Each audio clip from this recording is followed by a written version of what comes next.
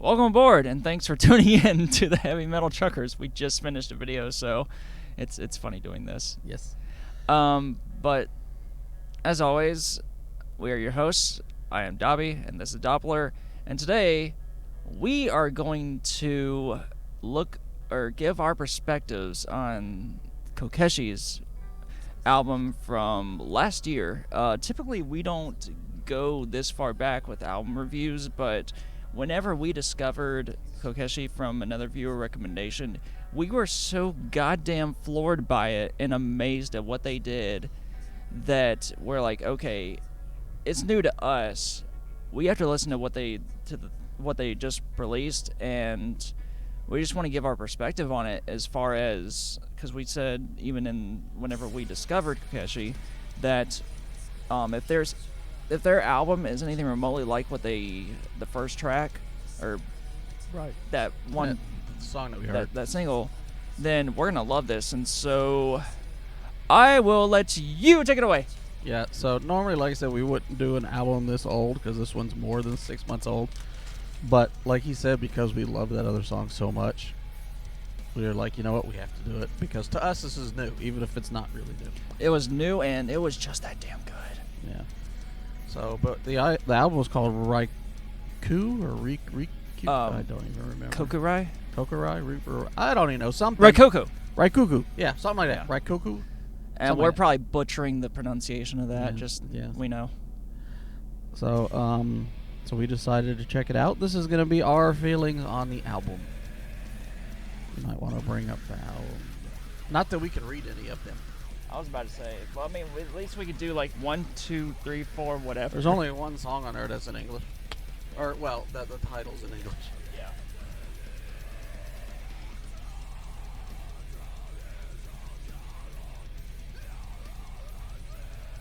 Reikoku.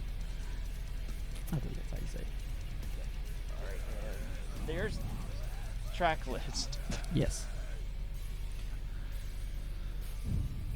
So, listening to this album, we had already heard the first song, both of which we absolutely loved it. Still loved it listening to it on the album. Oh my god, I was gonna do a second take on the album just to refresh it, but I didn't think to. But it's just like, I knew that if I was gonna listen to that first track, I was just gonna get sucked into it. Yeah, that first song is absolutely incredible. Which leads into one problem. It was the best song on the album. It set that high of a bar. It set that high of a bar that it almost made the rest of the album slightly disappointing. Now, that's not necessarily a bad thing. Because even though compared to that first song, the rest of the album may not have been as strong, for the most part, it was still damn good. You know, if I had any gripes about the whole album, is outside of that first song, the rest of them. One of the things that made that first song, let me explain. It might explain more sense or make more sense. One thing that made that first song so good, was you could feel the emotion in that song, not just through her, but even through the guitars and everything. Like they absolutely nailed it. The rest of the album didn't quite get there in that respect for me, with the exception of maybe one or two songs. The emotion coming through it wasn't quite as strong, which some of that might have been because in the first song, the music video itself also helped portray some of those emotions, whereas the other ones you didn't have that because there's not music videos. If the other gripe I would have had, and I know when you asked my curiosity about what I was going to think about this song, as soon as I heard it, I knew exactly what you're talking about. So, you're talking about the in my, what is it called? Into My Darkness. Into My Darkness, yes. Anybody who knows me really well knows that I am not a fan of Chino from Deftones, because when he sings, he sounds like he's whining to me. At least with Deftones. I know he's got another band where he doesn't do it as much, and some of that stuff's not too bad. But with Deftones, at least a lot of their big songs, he whines. To me, he's not singing, he's whining. Or it's just like a moaning It's just, kind of thing. yeah, and it's like nails on a chalkboard, especially with his tone of voice.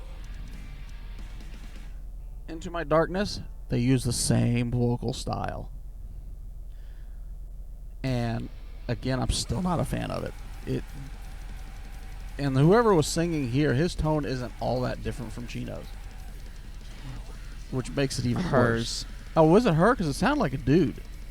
Because I saw a live video and I'm pretty certain it was a woman. Oh, so it was her, because it almost sounded like a dude. It still sounded very whiny to me. Now the song itself, in whole, could have been a Deftone song, to be honest with you. Now, well, at least the first half. Now, musically, the song was still decent, and actually, if any of the songs entering musically, it actually did give some emotion, like you could hear some of it. But I just can't get past that whiny vocal style. Like it literally is like nails on a chalkboard for me. Mm-hmm. You know, it's like if it was her, sang it in a more normal voice, I probably would have fucking loved it. Now I get why some bands do it, because if you do that whininess, it gives a different feel to the song, whatever. But for me, my ears personally, I can't do it. All that being said, I am a huge fan of her. She has incredible vocals and she has a great range. You even hear a lot of that in the first song too, but you hear it throughout the album. And if that was her doing those whiny vocals, in that just no, it's that Deepa person. Oh, it's not her doing it? No, it's a different chick. Okay, mm-hmm. But still, yeah, great vocals. You know, I'd almost put her up there with a chick from Merging Moon. What the hell is her name? I think she goes by You or something. Because the chick from Merging Moon, to me, has some of the best female harsh vocals that I've heard. Not just in Japan, but arguably I'd say she's one of the best in the world. I think she goes by You or something like that. I'm sure there's people out there. Yeah, You. Ha! I was right. But she's not far behind her. Like, that's how good I think she is. Now, the album as a whole, if you ignored my 2 knocks on it, this album would have been up there with the Within Temptation, Shining, Triviax albums for me. Now, with those 2 things, it knocks it a hair below that. I'd probably give this album 7.5 to 8, probably. Somewhere in that range. I'd probably lean slightly closer to an 8, probably. So overall, I still loved it. I think it might have gotten up there with those other albums, not just for those 2 things, but if the first song hadn't set the bar so high. But overall, I want to thank, what was it, Chill 07 Full for showing us these guys. Because yes. If it wasn't for him, we'd never. Well, I won't say we never would have found these guys, but potentially we never wouldn't have been as likely. Yes. But yeah, I mean, I would consider myself a fan of them at this point. So for me, I am a big fan of doom metal and more of. Oh yeah. That was one of the things I was gonna say. But That the other thing I like about them is how well they're able to blend different genres of metal into their music. Because a lot of their songs, they'll go from just typical heavy metal to some elements of black metal to like doom or sludge metal. To and they do it well. This goes into what they are, black gaze. It's a lot of that is that. Yeah, but they're really good at it. Oh yeah. So I'm a big fan of doom metal, big fan of black metal. Combining those 2, absolutely. It can. In order to do doom metal or any kind of depressive black metal, like what a lot of this record was, yes, for the most part, you can't necessarily just make up something. You have to have either been involved or witnessed it yourself from third-party perspective. And that first track was just hit hammer on the fucking nail on the doom aspect of that, and it it was so much encroaching the waters of funeral doom for me, and that's one of my absolute favorite genres. There's not many groups in that genre to my recollection, and there's not many people a whole lot of people that know about it, but they were doing very nicely in that, and especially what made me very much so enjoy, and this not because of any kind of sadism aspect, but whenever the vocalist would shriek and almost be like shrieking in like agony. That's one thing she is really good at. She is very good at, and it's not a sadistic perspective of enjoying it. It's wow. It's a vocal style that she uses to express an emotion really well. It's just expressing an emotion, and for some people, for not trying to get into a deep aspect here, but for a lot of us, we go through the we just kind of go with the punches and everything, but there's a lot of things that get to us in life, and so we don't necessarily have an escape from it aside from listening to a particular type of music, reading a book, or just something to get our minds off of it. But for some people, hearing someone that is vocalizing almost empathy, it's comforting, and just, or even in general, just being able to hear someone be able to portray that kind of deep emotion, it's amazing, just because someone is able to use this as an outlet to really get it out, and a lot of this is still frowned upon, unfortunately, or it's triggering for some people, which is understandable, but still, it's wonderful. Throughout the rest of the album, they lost some of that doom aspect a little bit, but there was still a depressive, melancholic aspect to a lot of it. Yeah, there was. And I really enjoyed almost pretty much everything from it. As far as Into My Darkness goes, because that's one that very similar to a group that we are not the most fond of. As far as I was concerned listening to it, she was still doing the same vocal style as Chino, but somehow the way she did it, either the way she did it or how the instrumentals were going along with it, it didn't make it nearly as change of track for me. I got into it. I would listen to that before I would listen to Deftones, and I say that because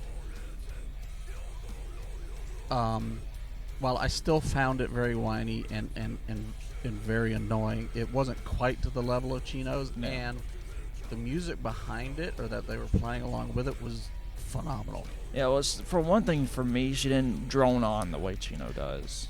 Yeah, no, she didn't, and that's it did what go saved on it through the entire song. Yeah, and that's what did save it for me, was that Chino is just known to just drone on, and I'm like, dude. Like I said, he's like nails on a chalkboard. Yeah, so she did nothing against him as a person, but just perspective, but. And then whenever the main vocalist came into My Darkness, that was just fucking phenomenal in every aspect. And even to the very end, like, it had me the same way that most doom and funeral doom does in some black metal. It takes you to another place where you can kind of let everything go, and you can kind of just put yourself into that slight trance to where,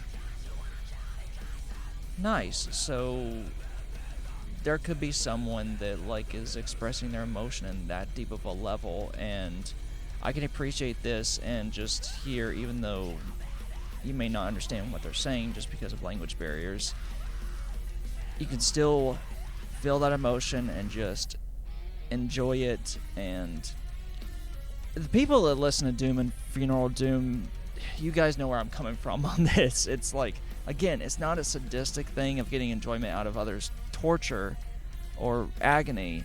It's a type of solace that, the same way if someone goes through a breakup, there's a stereotype they'll listen to country that sings about the same stuff, and people are like, well, why would you want to listen to country and listen to that kind of thing that speaks about the same thing and make it worse for you? No, it is one of the best outlets to be able to have someone that can be sympathetic or empathetic to you. Or you just may not be at a point in your life where you're really depressed. It's just, again, there's small triggers in this world and small events in this world that just harken on all of us. And even if it's more on a subconscious level, it still nags at us, even though may not be consciously aware of it. And having this kind of thing kind of opens it up and is able to let it out. Well, yeah, and a lot of people might not, but you really need music like this out there, because music that is depressive or dark actually can help people who are in those states of mind, because it makes them not feel alone. It makes them, and like you brought up country music. One of the biggest complaints of people who don't like country music today is because it's become too happy. Country music used to be about the struggles of life and negatives of life. And it's the same kind of thing. Yeah. It's like, even if the lyrics don't necessarily relate to you, just that sheer emotion, that's something that you can relate to. And that's, like, again, if I listen to any kind of country, it's going to be very old stuff. Yeah. Very old stuff. And even then, I don't care for it. Yeah, even then, I won't live it. But if I'm going to, I 100% But agree. it's just, for me, I'm not at a point in my life to where, like, I'm severely depressed or anything like that. Right. But still, just, again, like I said, those small little events in day-to-day life that just kind of nag at you, and just over time, subconsciously, it just brings you down. Having this, listening to it, and seeing that there is someone that's experiencing the same thing, or it may be even worse, it's just a nice outlet to kind of just let go a little bit. Exactly. Happiest review ever. I know. But I mean, it's what the album is, and like I said, you need music that does that sort of thing, because a lot of people are like, "Oh, it's terrible." It actually often does the opposite for people, especially when it's good musically on top of it. Absolutely. As far as the rating goes for this, for me, no less than an 8.5. Absolutely no less. Honestly, I probably would have been up there if they did one small thing on this album, one small change. If they had moved the first song to the middle of the album, because it wouldn't have set the bar so high right off the bat. It would have been in the middle, and it would have been like, holy shit. And I think that would have been better, and maybe having Recollect as the first track. Yeah, in that way it would have been like an intro. So maybe I'm not sure who decided on the order of this, but for us it could have been done differently, and it may have made a bit different of an impact. But even just watching live performances, they are one of the best groups I've ever seen live, and just they carry the emotion and everything they have in their album, they carry with them live, and they soak into it. And it's amazing, because like I said, there's not a whole lot of funeral doom out there, or any kind of doom that's really digs into this kind of thing. And so to see this coming out of Japan, and knowing how the Japanese, they don't half-ass anything. No, they don't. And that's what makes it so good. And so that's the reason, one of the reasons why I absolutely love what they've done here. But anyway, we are going to let this one end. I didn't know how to segue into the ending of this, but we thank you guys for tuning in to watch. As always, keep rolling heavy.